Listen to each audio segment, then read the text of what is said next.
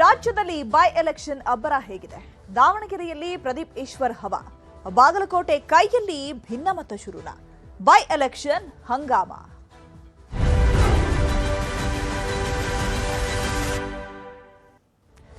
ರಾಜ್ಯದಲ್ಲಿ by election ಅಬ್ಬರ ರಂಗೇರಿದೆ. ಕ್ಯಾಂಪೇನ್ನಲ್ಲಿ ಮಾತಿನ ವಾಗ್ಯುದ್ಧ, ಜಿದ್ದಿನ ಸಮರ ಜೋರಾಗಿದೆ.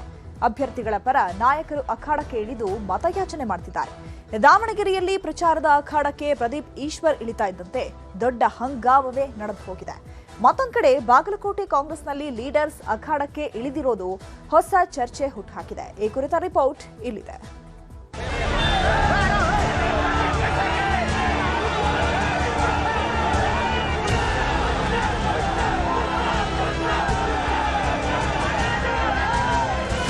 ಕಾಂಗ್ರೆಸ್ ಅಲ್ಲಿ ಹೊಸ ಜನರೇಷನ್ ಬಂದಿದೆ.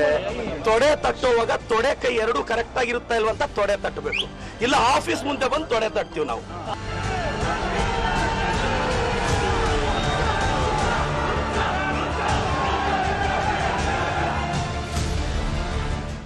ಇಷ್ಟು ದಿನ ತಣ್ಣಗಿದ್ದ ಉಪಚುನಾವಣೆಯ ಬಿಸಿ ಈಗ ಕಾದ ಕಾವಲಿಯಂತಾಗೋದಕ್ಕೆ ಶುರುವಾಗಿದೆ.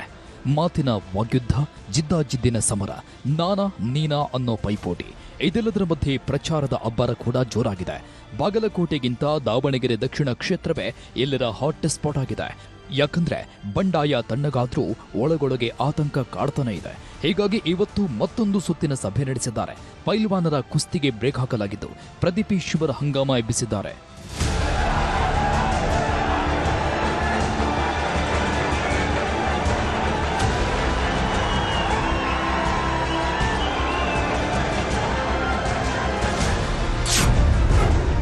ಪೈಲ್ವಾನ್ ಮನವೊಲಿಸುವಲ್ಲಿ ಕೈಪಡೆ ಸಕ್ಸಸ್. ತಣ್ಣಗಾಯಿತು ಬಂಡಾಯ, ಮುಸ್ಲಿಮರ ನಡೆಯೇ ನಿಗೂಢ. ಚುನಾವಣೆ ಘೋಷಣೆಯಾದ ದಿನದಿಂದಲೂ ಕಾಂಗ್ರೆಸ್ ನಾಯಕರಿಗೆ ದಾವಣಗೆರೆ ದಕ್ಷಿಣ ಕ್ಷೇತ್ರವೇ ಕಗ್ಗಂಟಾಗಿ ಕಾಡ್ತಿದೆ. ನಿನ್ನೆಯಷ್ಟೇ ಸಿಎಂ ಸಿದ್ದರಾಮಯ್ಯ ಬಂಡಾಯ ಅಭ್ಯರ್ಥಿ ಪೈಲ್ವಾನರನ್ನ ಬೆಂಗಳೂರಿಗೆ ಕರೆಸಿಕೊಂಡು ಬುದ್ಧಿ ಹೇಳಿದ್ರು. ಕಾಂಗ್ರೆಸ್ನಲ್ಲಿ ಎದ್ದಿದ್ದ ಬಂಡಾಯಕ್ಕೆ ಮದ್ದರಿಯೋ ಕೆಲಸ ಮಾಡಿದ್ರು. ಇದರ ಬೆನ್ನಲ್ಲೇ ಇವತ್ತು ಸಾದಿಕ್ ಪೈಲ್ವಾನ್ ಮನೆಯಲ್ಲಿ ಮಹತ್ವದ ಸಭೆ ನಡೆಸಿದ್ದಾರೆ. ಸಚಿವ ಎಸ್ ಮಲ್ಲಿಕಾರ್ಜುನ್, ಭೈರತಿ ಸುರೇಶ್, ರಿಜ್ವಾನ್ ಹರ್ಷದ್ ಪೈಲ್ವಾನ್ ಜೊತೆ ಮಾತುಕತೆ ನಡೆಸಿದ್ದು ಚುನಾವಣಾ ಪ್ರಚಾರದ ಬಗ್ಗೆ ರಣತಂತ್ರ ರೂಪಿಸಿದ್ದಾರೆ. ಅವರು ಹುಟ್ಟದಿಂದ ಕಾಂಗ್ರೆಸ್ ಪಕ್ಷ, ಇವತ್ತಿನ ಕಾಂಗ್ರೆಸ್ ಪಕ್ಷಕ್ಕೆ ಬೆಂಬಲವಾಗಿ ಅವರು ನಿಂತಿದ್ದಾರೆ, ಯಾವಾಗೂ ಇರ್ತಾರೆ ಮುಂದಕ್ಕೆ. ಆದ್ದರಿಂದ ಕಾಂಗ್ರೆಸ್ ಪಕ್ಷ ಇಲ್ಲಿ ದಾವಣಗೆರೆಯಲ್ಲಿ ಸಮರ್ಥವಾಗಿ ಅತ್ಯಂತ ಹೆಚ್ಚಿನ ಮತದಲ್ಲಿ ಗೆಲ್ಲೋದ್ರಲ್ಲಿ ಯಾವುದೇ ಅನುಮಾನ ಇಲ್ಲ. ಒಂದೇ ಮನೆಯವರು ಒಂದೊಮ್ಮೆ ಅಣ್ಣ ತಮ್ಮಗಳಾಗಿ ಇದ್ವಿ. ಏನೋ ಸಣ್ಣ ಪುಟ್ಟವು ಏನೋ ಒಂದು ಸ್ವಲ್ಪ ಇದಾಗಿದ್ವು. ಆದರೂ ಈಗಾದರೂ ಹೆಚ್ಚಿನ ರೀತಿಯಿಂದ ಬೆಂಬಲವನ್ನು ಸೂಚಿಸ್ತಾರೆ. ಸಾದಿಕ್ ಪೈಲ್ವಾನ್ ಅವರು ಮನೆತನದವರು ತಮ್ಮ ಆಗಿರ್ಬೋದು, ಅವ್ರ ಅಣ್ಣ ಆಗಿರ್ಬೋದು, ನಮ್ಮ ಕಾಂಗ್ರೆಸ್ ಪಕ್ಷ ಹೆಚ್ಚು ಮತಗಳ ಅಂತರದಲ್ಲಿ ಗೆಲ್ಸೋ ಒಂದು ಕೆಲಸವನ್ನು ಮಾಡ್ತಾರೆ. ಈ ಎಲ್ಲ ಬೆಳವಣಿಗೆ ಮಧ್ಯೆ ಸಂಸದೆ ಪ್ರಭಾ ಮಲ್ಲಿಕಾರ್ಜುನ್ ಮಗನ ಪರ ಅಖಾಡಕ್ಕಿಳಿದಿದ್ದಾರೆ. ಮಾವನ ಕ್ಷೇತ್ರದಲ್ಲಿ ಮಗನನ್ನ ಗೆಲ್ಲಿಸುವುದಕ್ಕೆ ಪಣತೊಟ್ಟಿದ್ದು ಊರೂರಲ್ಲೂ ಪ್ರಚಾರ ಶುರು ಮಾಡಿದ್ದಾರೆ. ಹೋದಲ್ಲೆಲ್ಲ ಒಳ್ಳೆ ಬೆಂಬಲ ಸಿಗ್ತದೆ, ಗೆಲುವು ನಮ್ಮದೇ ಎಂದಿದ್ದಾರೆ. ಆದಷ್ಟು ಜನ ಅಪ್ಪಾಜಿಯವ್ರನ್ನ 6 ಬಾರಿ ಗೆಲ್ಲಿಸಿದ್ದಾರೆ. ಸೊ ಅಪ್ಪಾಜಿಯವ್ರ ಸೇವೆ ಅವ್ರಿಗೆ ಗೊತ್ತಿದೆ. ಸೊ ಸಮರ್ಥ ಅವರು ಕೂಡ ಜನರ ಜೊತೆ ಓಡಾಡ್ತಾ ಇದ್ದಾರೆ, ಯುವಕರ ಜೊತೆ ಓಡಾಡ್ತಾ ಇದ್ದಾರೆ. ಸೊ ಒಂದು ಸ್ಟ್ರಾಂಗ್ ವೋಟ್ ಬ್ಯಾಂಕ್ ಕ್ರಿಯೇಟ್ ಆಗ್ತಾ ಇದೆ. ಅಪ್ಪಾಜಿ ವೋಟ್ ಬ್ಯಾಂಕಿಗೆ ಆ್ಯಡ್ ಆಗಿ ಸಮರ್ ಶಾಮ್ನೂರವರ ಒಂದು ಜನಾನುರಾಗಿ ಯಂಗ್ಸ್ಟರ್ ಆಗಿ ಅವ್ರದ್ದೊಂದು ವೋಟ್ ಬ್ಯಾಂಕ್ ಅಟ್ರಾಕ್ಷನ್ ಕೂಡ ವರ್ಕ್ ಆಗ್ತಾ ಇದೆ. ಒಟ್ಟಾರೆ ಜನಸೇವೆ ಮಾಡಬೇಕು ನಮ್ಮ ಕುಟುಂಬದಿಂದ ಅಂತ ಬದ್ಧತೆ ಪ್ರಕಾರ ನಾವು ನಡ್ಕೊಳ್ತಾ ಇದ್ದೀವಿ. ಸೊ ಅದರಲ್ಲಿ ಏನು ವ್ಯತ್ಯಾಸ ಇಲ್ಲ ನಮಗೆ. ದಾವಣಗೆರೆಯಲ್ಲಿ ಪ್ರದೀಪ್ ಈಶ್ವರ್ ಹಂಗಾಮ. ದಾವಣಗೆರೆಯಲ್ಲಿ ಇವತ್ತು ದೊಡ್ಡ ಹಂಗಾಮವೇ ಸೃಷ್ಟಿಯಾಗಿತ್ತು. ಬಿಜೆಪಿ ನಾಯಕನ ಸವಾಲು ಸ್ವೀಕರಿಸಿ ಬಂದ ಶಾಸಕ ಪ್ರದೀಪ್ ಈಶ್ವರ್ ಬೆಣ್ಣೆನಗರಿಯಲ್ಲಿ ತೊಡೆತಟ್ಟಿದ್ದಾರೆ. ನಾಮಪತ್ರ ಸಲ್ಲಿಕೆ ವೇಳೆ ಪ್ರದೀಪ್ ಈಶ್ವರ್ ಬಿಜೆಪಿ ನಾಯಕರ ವಿರುದ್ಧ ಹರಿಹಾಯ್ದಿದ್ದರು. ಹೀಗಾಗಿ ಕಮಲ ನಾಯಕ ಅಜಯ್ ಕುಮಾರ್ ತಾಕತ್ತಿದ್ರೆ ದಾವಣಗೆರೆಗೆ ಬಾ ಅಂತ ಸವಾಲ್ ಎಸೆದಿದ್ರು. ಇದನ್ನ ಪ್ರತಿಷ್ಠೆಯಾಗಿ ತಗೊಂಡ ಪ್ರದೀಪ್ ಈಶ್ವರ್ ಕಾಂಗ್ರೆಸ್ ಕಾರ್ಯಕರ್ತರ ಜೊತೆ ದಾವಣಗೆರೆಗೆ ಎಂಟ್ರಿ ಕೊಟ್ಟಿದ್ರು. ಈ ವೇಳೆ ಎರಡೂ ಪಕ್ಷದ ಕಾರ್ಯಕರ್ತರು ಮುಖಾಮುಖಿ ಆಗ್ತಿದ್ದಂತೆ ದೊಡ್ಡ ಹಂಗಾಮವೇ ಸೃಷ್ಟಿಯಾಯಿತು. ಪ್ರದೀಪ್ ಈಶ್ವರ್ಗೆ ಪೊರಕೆ ಹಾಗೂ ಚಪ್ಪಲಿ ತೋರಿಸಿ ಆಕ್ರೋಶ ವ್ಯಕ್ತಪಡಿಸಿದ್ರು.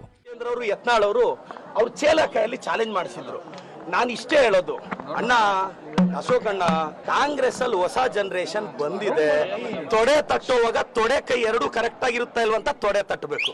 ಇಲ್ಲ ಆಫೀಸ್ ಮುಂದೆ ಬಂದು ತೊಡೆ ತಟ್ತೀವಿ ನಾವು. ನಮ್ ಜನರೇಷನ್ ಜೊತೆ ಇಟ್ಕೊಳ್ಳುವಾಗ ಸ್ವಲ್ಪ ಯೋಚನೆ ಮಾಡಿ ಇಟ್ಕೋಬೇಕು.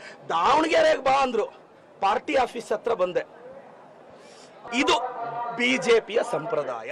ದಾವಣಗೆರೆ ಚುನಾವಣಾ ಕಣ ರಂಗೇರ್ತಾ ಇದ್ದಂತೆ ಮಾಜಿ ಸಚಿವ ಸಿಎಂ ಇಬ್ರಾಹಿಂ ಅಖಾಡಕ್ಕಿಳಿದಿದ್ದಾರೆ. ಪಕ್ಷೇತರ ಅಲ್ಪಸಂಖ್ಯಾತ ಅಭ್ಯರ್ಥಿ ಆದಿಲ್ ಖಾದರ್ಗೆ ಬೆಂಬಲ ವ್ಯಕ್ತಪಡಿಸಿದ್ದಾರೆ. ದಾವಣಗೆರೆಯಲ್ಲಿ ಕಾಂಗ್ರೆಸ್ ಬಿಜೆಪಿ ಹೊರತುಪಡಿಸಿದ ಮೂರನೇ ಶಕ್ತಿ ನಿರ್ಮಾಣ ಮಾಡಬೇಕು ಅಂತ ಗುಡುಗಿದ್ದಾರೆ. ಕರ್ನಾಟಕ ನವನಿರ್ಮಾಣ ಮೂರನೇ ಶಕ್ತಿ ವತಿಯಿಂದ ಈ ಆದಿಲ್ ಅನ್ನ ಕ್ಯಾಂಡಿಡೇಟ್ ಮಾಡಿ ನಾವೆಲ್ಲರೂ ಇವರಿಗೆ ನಿಲ್ಲಿಸಿ ಗೆಲ್ಲಿಸಬೇಕು ಅಂತ ಹೇಳಿ ತೀರ್ಮಾನ ಮಾಡಿಕೊಂಡು ನಿಮ್ಮ ಆಶೀರ್ವಾದವನ್ನು ಪಡಿತಕ್ಕಂಥದ್ದಕ್ಕೆ ತಮ್ಮಲ್ಲಿ ನಾನು ಪ್ರಾರ್ಥನೆ ಮಾಡ್ತೀನಿ. ಇನ್ನು ಕಾಂಗ್ರೆಸ್ ನಾಯಕರು ಹಂಗಾಮ ಮಾಡ್ತಿದ್ರೆ ಬಿಜೆಪಿ ಅಭ್ಯರ್ಥಿ ಮಾತ್ರ ಸೈಲೆಂಟ್ ಆಗಿ ಮತಬೇಟೆಯಾಡುತ್ತಿದ್ದಾರೆ.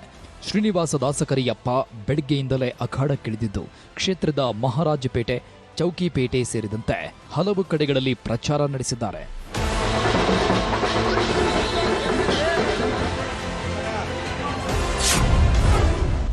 ಬಾಗಲಕೋಟೆಯಲ್ಲೂ ಜೋರಾಗಿದೆ ರಣತಂತ್ರ.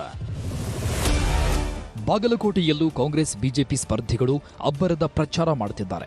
ಆದರೆ ಬಿಜೆಪಿ ನಾಯಕರು ಒಂದು ಹೆಜ್ಜೆ ಮುಂದಿದ್ದಂತೆ ಕಾಣುತ್ತದೆ. ಯಾಕಂದ್ರೆ ಈಗಾಗಲೇ ಬಿಜೆಪಿ ಅಭ್ಯರ್ಥಿ ವೀರಣ್ಣ ಚರಂತಿಮಠ ಪರ ಶ್ರೀರಾಮುಲು, ಜಗದೀಶ್ ಶೆಟ್ಟರ್, ಗೋವಿಂದ ಕಾರಜೋಳ, ಬೊಮ್ಮಾಯಿ, ಪಿ ರಾಜೀವ್ ಸೇರಿದಂತೆ ಹಲವರು ಪ್ರಚಾರ ಮಾಡಿದ್ದಾರೆ. ಆದರೆ ಕಾಂಗ್ರೆಸ್ನಲ್ಲಿ ಸಚಿವ ತಿಮ್ಮಾಪುರ ಹಾಗೂ ಸತೀಶ್ ಜಾರಕಿಹೊಳಿ ಬಿಟ್ರೆ ಬೇರೆ ಯಾರೂ ಕಾಣಿಸ್ತಿಲ್ಲ. ಅಲ್ಲದೆ ಲಿಂಗಾಯತ ಮತ ಸೆಳೆಯುವುದರಲ್ಲಿ ಕಾಂಗ್ರೆಸ್ ನಾಯಕರು ಹಿಂದೆ ಬಿದ್ದಿದ್ದಾರೆ ಅನ್ನೋ ಮಾತು ಕೇಳಿಬರುತ್ತದೆ. ಈ ಬಗ್ಗೆ ಪ್ರತಿಕ್ರಿಯೆ ನೀಡಿದ ಸಚಿವ ಎಂಬಿ ಪಾಟೀಲ್, ಬಾಗಲಕೋಟೆಯಲ್ಲಿ ನಮ್ಮ ಸ್ಥಳೀಯ ನಾಯಕರಿದ್ದಾರೆ. ನಂಜಯ್ಯನ ಮಠ, ವಿಜಯಾನಂದ ಕಾಶಪ್ಪ ಸೇರಿದಂತೆ ಹಲವು ಲಿಂಗಾಯತ ನಾಯಕರಿದ್ದಾರೆ. ಹೀಗಾಗಿ ಎಲ್ಲ ಮತ ನಮಗೆ ಎಂದಿದ್ದಾರೆ. ಬಾಗಲಕೋಟೆನಲ್ಲಿ ಕೂಡ ನಾವು ಗೆಲ್ತೀವಿ. ಈ ಎರಡೂ ಉಪಚುನಾವಣೆಗಳನ್ನ ಇವತ್ತು ಕಾಂಗ್ರೆಸ್ ಪಕ್ಷ ಗೆಲ್ತದೆ. ಜಮೀರ್ ಅವರು ಕೂಡ ಬರ್ತಾರೆ, ಚುನಾವಣೆ ಪ್ರಚಾರಕ್ಕೆ ಅವರು ಕೂಡ ಬರ್ತಾರೆ. ನಮ್ಮ ಸಲೀಂ ಮೊಹಮ್ಮದ್ ಅವರು ನಿನ್ನೆ ಬಹಳ ಮಹತ್ವದ ಪಾತ್ರ ವಹಿಸಿದ್ದಾರೆ. ಸಲೀಂ ಮೊಹಮ್ಮದ್ ಅವರು, ರಿಜ್ವಾನ್ ಅವರು ಇಬ್ಬರು ಕೂಡಿ ಇವತ್ತು ಇನ್ನಿತರೆಲ್ಲ ಕೂಡಿ ಅವ್ರನ್ನ ಸಾದಿಕ್ ಪೈಲ್ವಾನನ್ನ ಮನವೊಲಿಸುವಂಥ ಪ್ರಯತ್ನ ಮಾಡಿದ್ದಾರೆ. ನೋಡಿ, ಬಿಜೆಪಿ ಅವ್ರದ್ದು ಆಶೆಗಳು ಎಲ್ಲ ನಿರಾಶೆಗಳಾಗ್ತವೆ. 28ರಲ್ಲೂ ಅವ್ರು ಆಸೆ ಇಟ್ಕೊಂಡಿದ್ದಾರೆ. ಆ 28ರಾಗೂ ಆಸೆ ಅವರು ಇಡೋದಲ್ಲ. ಕಾಂಗ್ರೆಸ್ ಪಕ್ಷ ಮತ್ತೇನೋ 28ರಲ್ಲೂ ಕೂಡ ಅದಕ್ಕೆ ಬರ್ತೀವಿ. ಚುನಾವಣೆ ಹೊತ್ತಲ್ಲೇ ಕೈ ಮುಖಂಡನ ಮರ್ಡರ್. ಚುನಾವಣೆ ಕಾವು ಜೋರಾಗಿರೋ ಹೊತ್ತಲ್ಲೇ ಉದ್ಯಮಿ ಹಾಗೂ ಕಾಂಗ್ರೆಸ್ ಮುಖಂಡನ ಬರ್ಬರ ಹತ್ಯೆಯಾಗಿದೆ. ಕಾಂಗ್ರೆಸ್ ಪಕ್ಷದಲ್ಲಿ ಗುರುತಿಸಿಕೊಂಡಿದ್ದ ಸಂಗಪ್ಪ ನಿನ್ನೆ ಸಂಜೆ ಮನೆಗೆ ಹೊರಟಿದ್ರು. ಈ ವೇಳೆ ಗದ್ದನಕೆರೆ ಕ್ರಾಸ್ ಬಳಿ ಅಡ್ಡ ಹಾಕಿದವರು ರಕ್ತದ ಕೋಡಿ ಹರಿಸಿದ್ದಾರೆ. ಜಮೀನು ಜಿದ್ದಿಗೆ ಕೊಲೆಯಾಗಿರೋ ಅನುಮಾನ ಕಾಡ್ತಿದ್ದು ಪೊಲೀಸರು ಎಲ್ಲ ಆಂಗಲ್ನಲ್ಲೂ ತನಿಖೆ ನಡೆಸುತ್ತಿದ್ದಾರೆ. ವ್ಯಕ್ತಿ ಅವರ ಹೆಸರು ಸಂಗಪ್ಪ ಶೇಖಪ್ಪ ನಲಟ್ವಾಡ್, ಸುಮಾರು ವಯಸ್ಸು 47 ವರ್ಷ. ಅವರದ್ದು ಮರ್ಡರ್ ಆಗಿದೆ.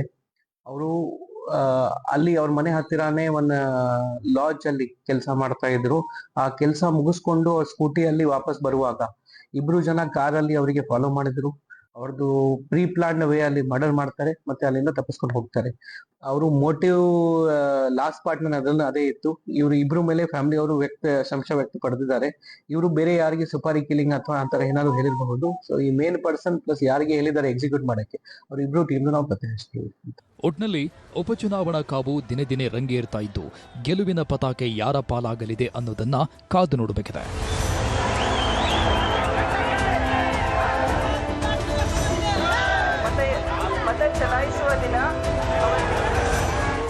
ದಾವಣಗೆರೆಯಿಂದ ಸಂಜಯ್ ಜೊತೆ ಮಂಜುನಾಥ್ ತಳವಾರ, ನ್ಯೂಸ್ 18 ಬಾಗಲಕೋಟೆ.